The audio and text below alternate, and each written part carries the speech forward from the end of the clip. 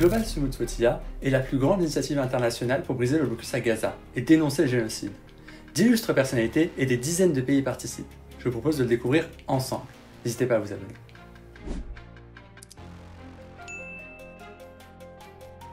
Global Smooth Flotilla partira d'Espagne le 31 août et de Tunisie et d'autres ports le 4 septembre.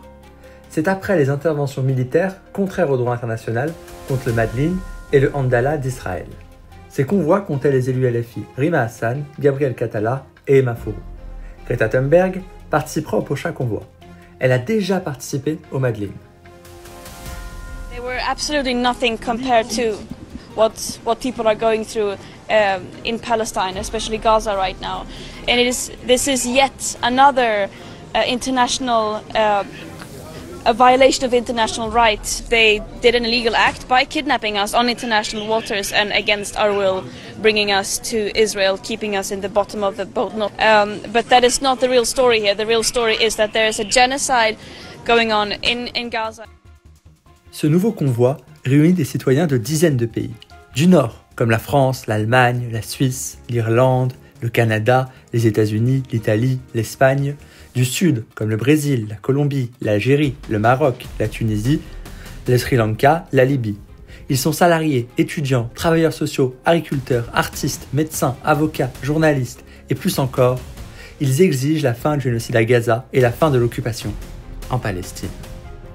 We are sailing again to break the siege. And this time we're sailing with dozens of boats. And with coordinated mobilizations from 44 countries around the world.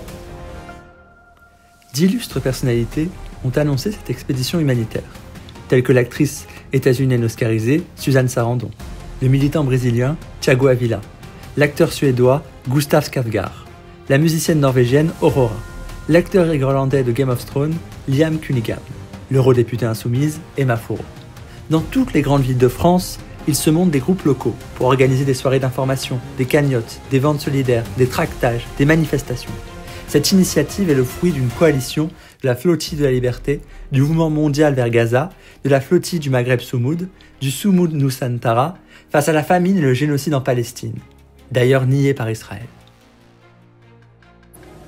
As though we are applying a campaign of starvation in Gaza. What a bold-faced lie. There is no policy of starvation in Gaza, and there is no starvation in Gaza. L'élu LFI Emma Fourou subit de lourdes pressions après une audition pour apologie du terrorisme. Le discours édifiant de Fourou dérange. Les pires criminels de guerre, toujours, piétinent le droit international et entravent l'action humanitaire. Israël détruit, massacre les femmes, affame les enfants, assèche les ressources vitales aux Palestiniens pour les regarder mourir à petit feu. Le boucher Netanyahou veut couper la dernière main tendue à la Palestine et porter le coup fatal à une population plongée dans un effroyable désastre humanitaire que les ONG et les médecins constatent avec impuissance. Israël interdit les activités de l'UNRWA. L'Union européenne doit répondre avec fermeté en suspendant enfin l'accord d'association et en réaffirmant son soutien aux actions de l'ONU. Tous les États membres ont le devoir d'exécuter le mandat d'arrêt délivré par la Cour pénale internationale à l'endroit du criminel de guerre Netanyahou. L'affirmation de la paix est le plus grand des combats, disait Jean Jaurès. Ajoutons aujourd'hui qu'il n'y a pas de paix sans justice. Justice pour le peuple palestinien. La coalition inédite Global Smooth Flotilla vise à faire entendre une voix palestinienne silenciée depuis des décennies. L'histoire de la Palestine, c'est la Nakba, Sabra et Shatila, une colonisation sans fin, les incarcérations israéliennes massives, les répressions sanglantes, tous les massacres perpétrés par Israël, toujours impunis. L'histoire palestinienne est pleine de tourments qui n'en finissent pas. Rima Hassan rappelle cette histoire traumatique du peuple palestinien, son histoire. 77 ans, ma famille a vécu la Nakba, la destruction de plus de 500 villages, le massacre de milliers de civils, l'expulsion de 800 000 Palestiniens. Et ce que peu disent ici, c'est que les Palestiniens de Gaza sont en grande majorité des enfants de cette Nakba et ce qu'ils vivent aujourd'hui est une Nakba continue. Au moment même où nous débattons de l'annexion de Gaza, 14 000 bébés risquent de mourir à cause du blocage de l'aide humanitaire. De quoi devons-nous débattre au juste? Des 50 000 morts et des 120 000 blessés?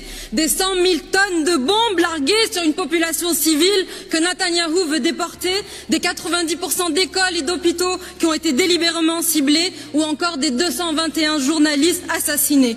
Quelle discussion reste-t-il à mener au sein d'une Union européenne dont les dirigeants se sont rangés du côté de la complicité?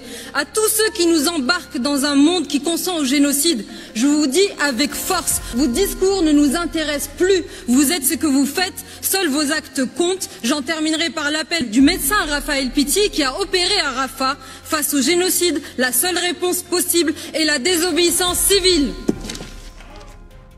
Pensez-vous que la coalition Global Smooth Flotilla peut participer à briser le blocus de Gaza? Au plaisir de vous lire, merci d'avoir regardé la vidéo, merci de l'attention et à bientôt.